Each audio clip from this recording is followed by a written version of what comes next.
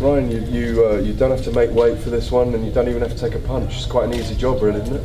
It's never easy. You know, that's a minimal amount of what everybody sees going out there and actually fighting. You know, I put in a lifetime of work, and then obviously this camp, you know, felt great, and put in all that work, and it came to fruition. You know, you look back now over, you know, something you make a quick knockout, and you're like, man, why did I sacrifice all that food, and why did I go for that run? But it's a one time you don't do it, you're in a 3-round war. So you prepare like I prepare like I do every time, because you never know. But it's a bonus, presumably, yeah?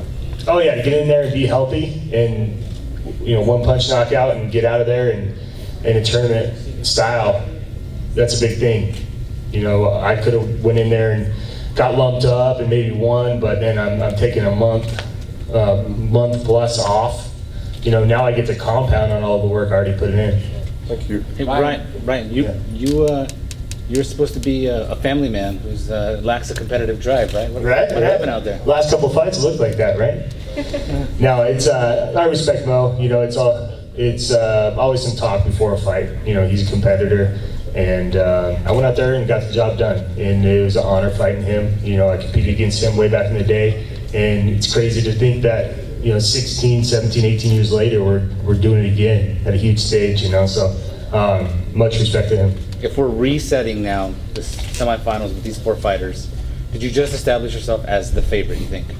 I'm not really into the whole favorite or betting favorite kind of stuff, but I thought I was a favorite coming in regardless. You know, in my head, and my coaches thought the same thing.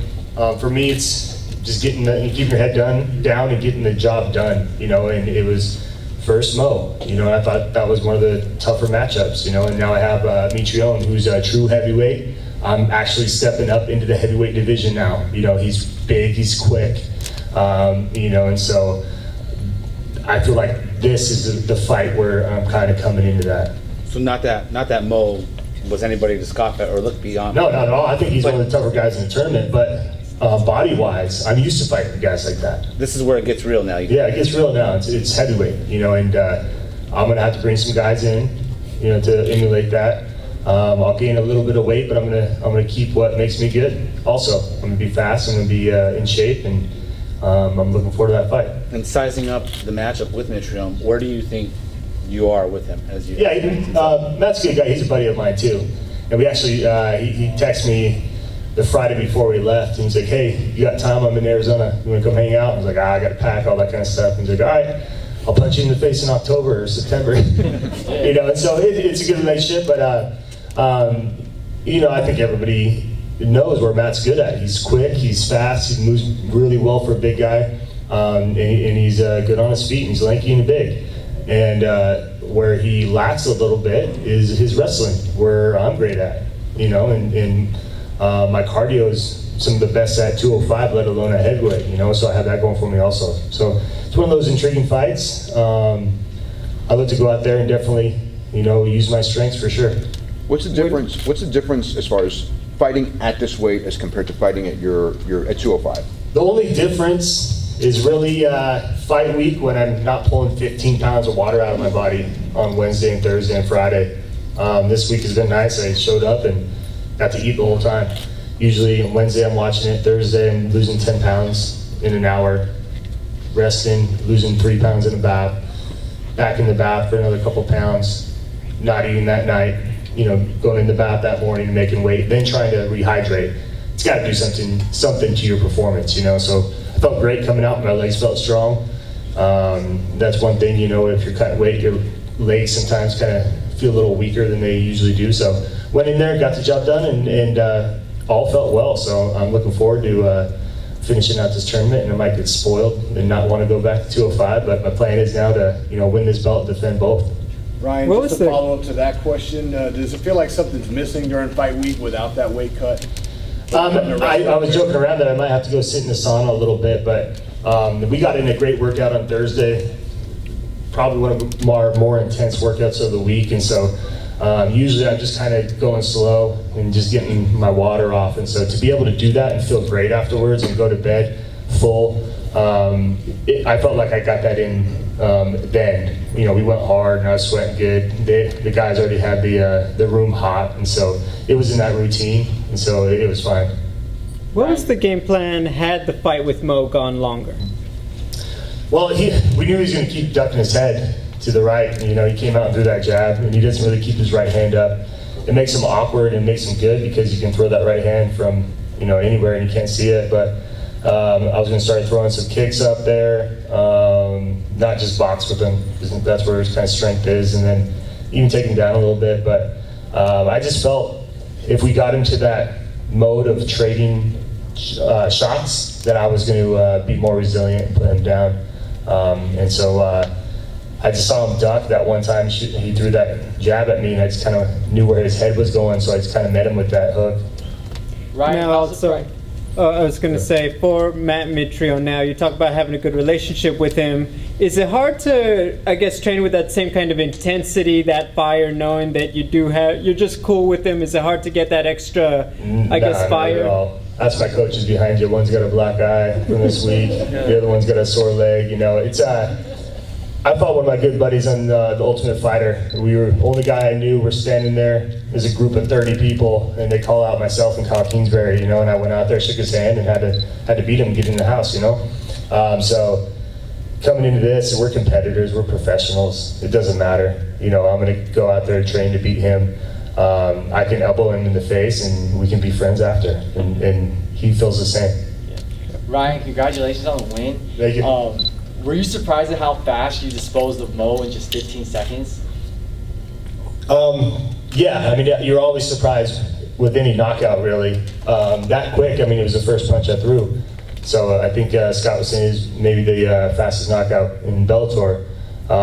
Yeah, so I was surprised, but I thought that result was going to come at some point. Mm-hmm. I thought there would be more trading as far as I was willing to take some to give some, because I felt like I told him earlier I was more resilient and could land that big shot, but it just happened to be the first punch, and I kind of read his movement beforehand.